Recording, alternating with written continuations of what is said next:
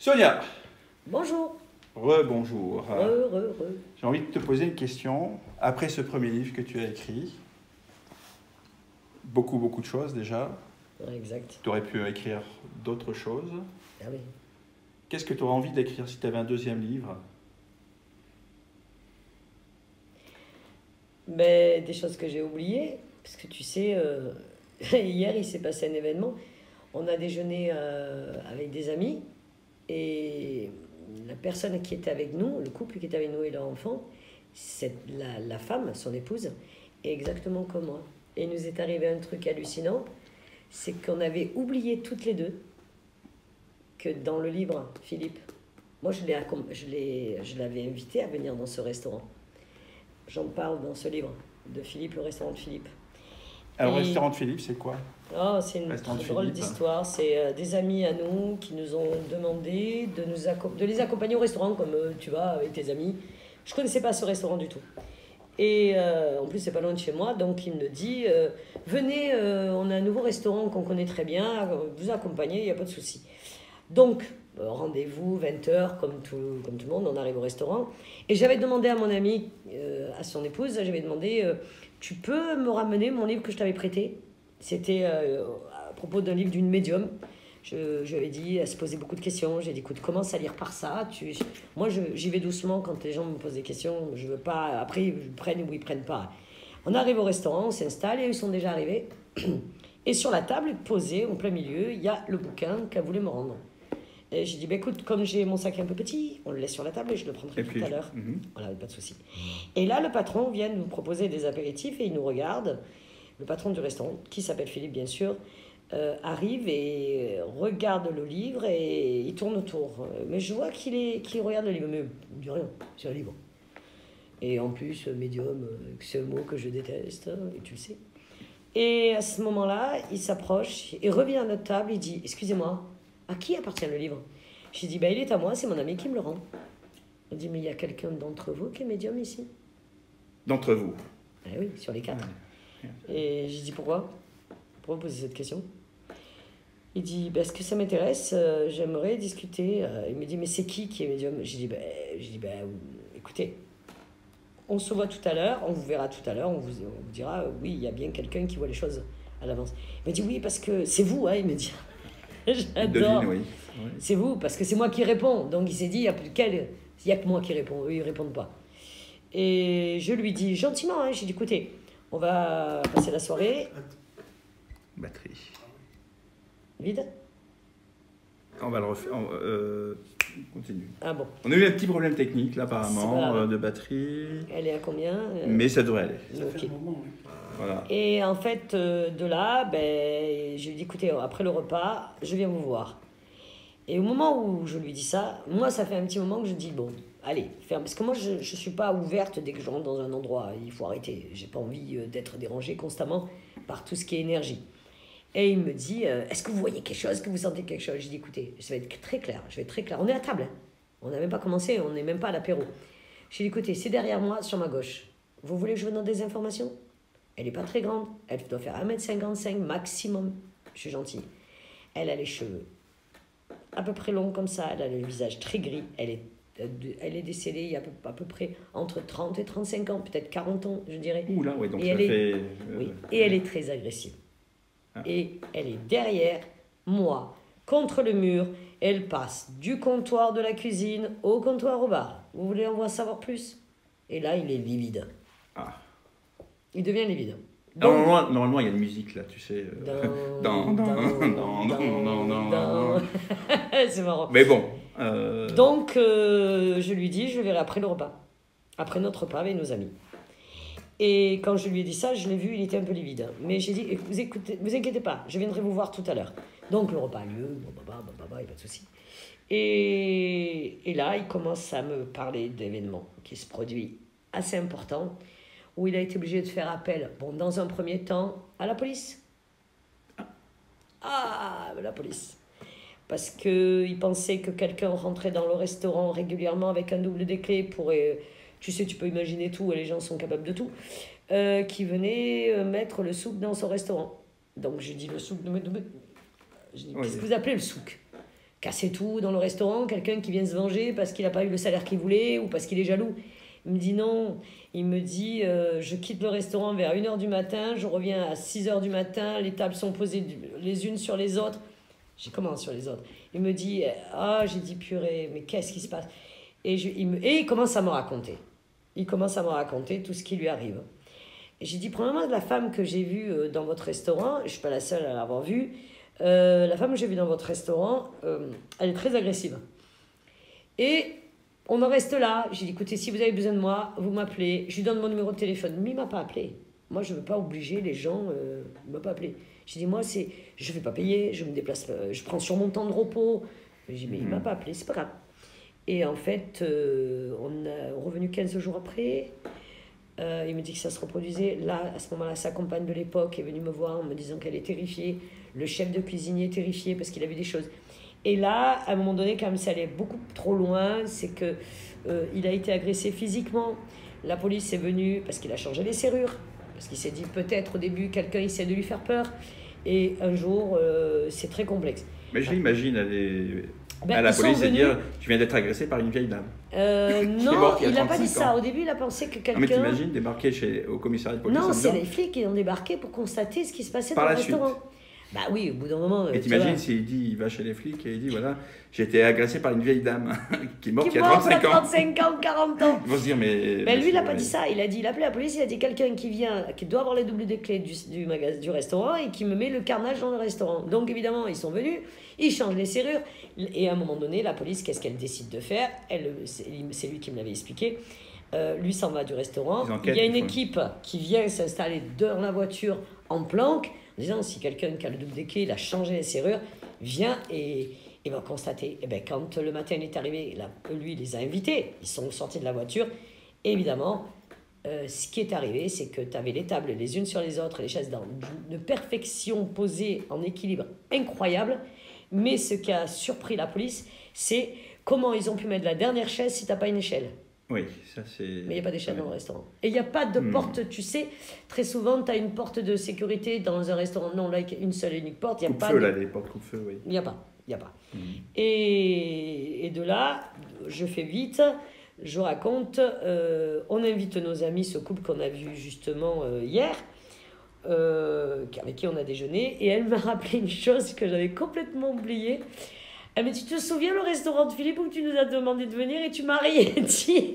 J'ai dit, ah oui, c'est vrai, vous étiez venus, vous avez invité. Mais moi, j'ai pas dit, viens pour qu'elles se rendent compte, on les a invités parce que j'avais envie de les inviter.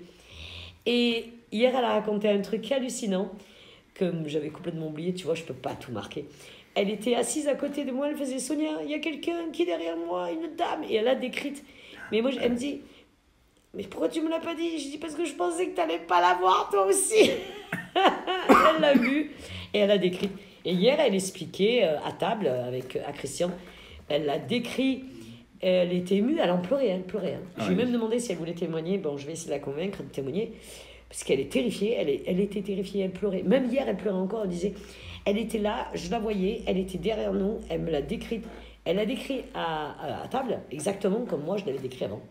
Alors on imagine que subitement, tu vois, cet ami et cette révélation aussi par rapport à cette dame où elle voit quelque chose. Ouais. Qu'est-ce qu'il faut comme attitude de ne pas avoir peur? On gère ça comment? Voilà. Ben, il faut pas avoir peur parce que ça existe et que c'est pas évident de dire à quelqu'un de ne pas avoir peur. Parce qu'elle m'a dit hier, comment tu fais pour pas avoir peur? Je pense que j'ai jamais connu la peur par rapport à ça. Peut-être parce que je suis différente dans le sens où au niveau émotionnel j'ai toujours vu des choses. Moi depuis gamine j'ai toujours vu des entités négatives, positives. Pourquoi négatives? Parce que quand elles sont négatives, tu le sais, c'est vraiment... c'est différent. Quand quelqu'un est décédé, quelqu'un qui vient te voir et qui... Alors tout le monde dit, mais comment ils peuvent avoir un corps sachant qu'ils sont morts? Mais oui, mais c'est parce qu'ils se présentent énergétiquement comme ils étaient dans leur dernier souvenir. Et quand c'est des entités négatives, elles n'ont pas du tout l'apparence d'être humain. Non. Elles ne sont pas humaines, elles n'ont pas vécu, elles n'ont pas la forme des formes. Non, c'est différent. C'est différent. Complètement différent. Quand après ils deviennent négatifs parce c'était des personnes vivantes qui... Tu sais, un jour Christian m'a dit, une phrase incroyable. Il me dit, tu sais, la dame là qu'on a connue, je vais dire une phrase qui va pas vous plaire, mais c'est la vérité. Il me dit, la pauvre, elle est décédée. J'ai dit, excuse-moi, la pauvre, elle est décédée, ok, parce qu'elle n'était pas très âgée. J'ai dit, c'était une conne vivante, c'est devenu une conne morte. Parce que c'est pas parce que elle n'a pas changé d'état. Mais non, tu changes pas d'état. C'était une pourriture de vivant. Un tueur en série, excusez-moi, un tueur en série, il a tué de son vivant. C'est parce qu'il a le vice dans. Ils n'ont pas d'empathie. C'est ce que les gens ne comprennent pas. Ils n'ont pas d'empathie dans le monde de leur vivant. Dans le monde de l'autre côté, l'empathie ne vient pas. Arrêtez de croire que quelqu'un qui décède, il devient le bon samaritain, le bon gentil. Ils peuvent se transformer quand même, non? Mais des fois, tu es un peu dans un monde différent. Quand tu as été vivant, tu as souffert. Et après, tu as un peu des regrets. Moi, j'en ai connu qui disaient que toute leur vie, ils en avaient souffert, qu'ils étaient un peu agressifs, qu'ils regrettaient. Ils peuvent, de l'autre côté, changer. Mais une pourriture qui a été un tueur en série reste un tueur en série. De l'autre côté, c'est une pourriture. Il a une signature. Il a sa signature. Il ne changera pas. Parce qu'il n'a pas de compassion. Tu vois ce que le mot compassion? Compassion, empathie. Empathie. Pas d'empathie, pas de compassion. Tu sais, un tueur en série, en général, quand tu fais une analyse... Parce qu'un jour, Christian m'a dit, pourquoi tu analyses, tu es toujours en train de regarder ce genre de documentaire. J'ai dit, c'est pas du tout parce que c'est morbide. Ben, bien sûr que c'est morbide. J'essaie de comprendre comment vont-ils basculer à un moment donné dans l'autre côté quand ils seront de l'autre côté, mais de l'autre côté, c'est une catastrophe pour eux. Alors, tu sais, moi qui étudie l'astrologie, on voit en astrologie, on étudie des thèmes de tueurs en série. Ah ouais. On le voit par la Lune, donc la structure émotionnelle. Et souvent, elle est placée dans des secteurs où elle est dite hors limite, donc elle va s'exprimer d'une autre manière. D'une autre manière qu'elle pourrait s'exprimer de manière normale. Donc, c'est des thèmes qu'on étudie. Mais la manière dont il va utiliser cette structure émotionnelle, ou pas l'utiliser, elle est fonction de son vécu, de ses expériences. Mais on le voit, dans un thème, on le voit clairement. Il y a un tueur en série qui a été un des plus grands tueurs en série américains, on l'appelait le beau gosse, un homme qui était physiquement, qui était un très bel homme. Et parce qu'il a quand même été exécuté, il a tué je ne sais pas combien de filles, je crois que c'est dans les années entre 70 et 76, un des plus grands tueurs. Quand les sociologues, les psychologues, les psychiatres sont allés le voir pour essayer de connaître son passif d'enfant. Parce que tu peux devenir un tueur en série, tout dépend de ce que tu as vécu, si tu as été battu, tu as été... Et en fait... Lui n'a jamais rien de tout ça. C'est pas forcément. Non, tout le monde croit que tu deviens un tueur en série. Mais lui, par contre, alors un jour on m'a posé la question, qu'est-ce qu'il est devenu? C'est un mécanisme, il peut avoir par exemple un Mars en Scorpion ou dans une maison, particulière et ça va se déclencher. Tueur né. C'est là. Ça fait là. Et d'après son histoire, parce que moi je l'étudie beaucoup, j'ai beaucoup étudié sur cet homme. Depuis tout petit, ses amis d'enfance disaient il était particulier. C'est quoi son nom? Je regarderai. Oh là là, j'ai un trou. Un des plus grands tueurs en série des années 70. Mon Dieu, je me souviens plus de son nom. Je suis désolée, j'ai un trou. Parce que j'en ai tellement. Il y en a plus à l'époque. Parce que ça a été les époques entre les années 60 et 80, les plus grands tueurs en série. Oui, Est-ce qu'il y a eu à un moment une énergie qui a fait qu'ils sont sortis, mais ça a été la période les plus grands tueurs. Alors, c'est le premier mort, peut-être, tu sais, la sensation quand le fait d'avoir tué la première fois, et puis... Alors, c'est marrant, parce qu'un jour, on m'a demandé qu'est-ce qu'ils deviennent. Est-ce qu'ils suivent les autres? Non. Non. Pas forcément. Non, pas du tout. Alors, ils sont, en général, quand ils passent de l'autre côté, alors, très souvent... ça, je le sais parce que je l'ai vu, malheureusement. Ils passent ce qu'on appelle le bas astral et ils ne sont pas sortis de l'auberge. Alors, ce qu'on appelle le bas astral, c'est quoi? Parce que c'est un terme qu'on entend alors, il y en a qui parlent très souvent, bas astral. Bas astral. Alors, moi, je dis le bas astral, ça veut dire le bas astral, ça veut dire qu'ils restent dans un endroit où ils n'arrivent pas à évoluer et où ils ont des comptes à régler eux-mêmes de leur comportement. Et ils peuvent y rester ce que nous, on pourra dire 10 ans, 100 ans, 200 ans, on ne sait pas. En fait, il n'y a pas de durée. Il n'y a pas de durée. Et ils sont tous entre eux? Entre eux, en réalité, ils sont seuls. Ils sont seuls, mais dans le même... Dans le même truc, ouais. Après, ça dépend. Et ils n'en sortent pas. Ouais, ça donne pas envie d'y aller, dans le bas astral. Ben, je sais pas. Moi, j'ai pas forcément envie d'y aller. Parce que on me dit toujours, quand quelqu'un a fait du mal, alors tout dépend à quelle hauteur tu as fait du mal, où ils vont. Moi, je l'appelle dans la salle d'attente. Le purgatoire, là, ils sont... Non, Non, arrêtez avec le purgatoire. Le purgatoire, c'est le bas astral en réalité. Oui. Non, une C'est salle salle d'attente. d'attente. Vous imaginez, c'est ce que j'explique. Alors, imaginez la personne s'en va, comme une sorte de long couloir, une salle. Et il y a plusieurs portes. Et tu as pris ta décision dans ta vie de ce que tu as pu faire. Tu sais ce que tu as fait. Tu sais qui tu es. En réalité, on sait ce qu'on est. Au plus profond de soi. Mais si tu as affaire à quelqu'un qui n'a pas toutes ses capacités intellectuelles ou qui n'a pas le recul. Handicapé, tu veux dire? C'est pas pareil. Qui aurait une déficience psychologique ou qui n'est pas C'est conscient différent. Tu vois un tueur. C'est différent. Il y a des tueurs. Différent. Oui. C'est ce que je dis. Ouais. C'est différent. Tu veux dire quelqu'un qui a une maladie, par exemple, Il ne schizophrène. le fera pas consciemment. Il le fera pas consciemment. Non, c'est différent. C'est différent. Parce que c'est pas volontaire. Un tueur, quelqu'un qui n'a pas de déficience. Qui le fait froidement. Qui le fait froidement. Là, je parle de ça. C'est différent. Alors, on me dit, mais ils vont où? Ah, eux, ils sont pas. Alors, c'est pas ce qu'on appelle le cabinet de réflexion, pas du tout. Pas du tout. Non, ils partent directement dans quelque chose. Ça vaut également pour les. On imagine un homme politique qui décide d'abattre quelqu'un ou. Mais au même titre que les c'est au autres. même titre, dans la responsabilité. Mais au même titre que n'importe qui. Que tu sois président, que tu aies été, je sais pas moi... Le donneur d'ordre, en fait, le commanditaire. Le commanditaire, tu es un assassin, tu as du sang sur les mains. Ouais. Du moment où tu décides d'éliminer celui qui te gêne, tu es une pourriture. Ah oui. Et automatiquement. Conversation intéressante sur les tueurs en série. C'est fascinant. Quand on entre aux limites de la psychiatrie et autres. J'aurais aimé en rencontrer. C'est fascinant. Parce que je rentre en eux comme dans un livre ouvert. C'est horrible pour eux, mais c'est comme ça. Alors, ça serait une expérience à faire. En fait. J'aimerais bien un jour que quelqu'un me dise, un policier qui me dit, on a un tueur, on ne sait pas comment il fonctionne, un psychologue, un psychiatre qui me dit, tout en est dans le silence, je n'ai pas besoin de discuter avec. Au moment où je rentre dans la pièce. De le rencontrer. Si tu préfères, moi, les gens, quand je les rencontre, parce que des gens, des fois, attention, tu as des pervers, mais ils n'ont jamais tué personne. Je dis à Christian, c'est un truc de fou, ça arrive, et c'est de nous est arrivé. Quelqu'un rentre dans le magasin, s'approche, et lui, il est tout content de le voir, et moi, je recule. Et il me regarde, il me dit, qu'est-ce qu'elle fait? Oh, cette sensation, oh là là, j'ai dit, écoute, c'est... Physique, tu ne te trompes pas. Ouais. Non, je ne me trompe pas, et en plus, je reçois des informations, alors c'est d'une rapidité, c'est hallucinante. Je reçois une information, elle me dit, va-t'en, c'est, tu vas, oh mon Dieu, au secours. En parlant de va-t'en, on s'en va. On va s'en aller.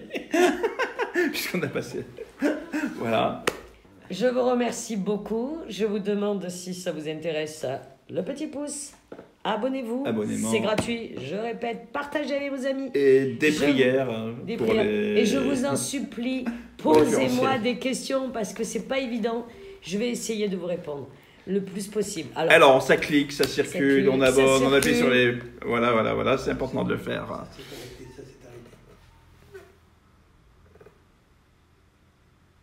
Bye bye, ciao.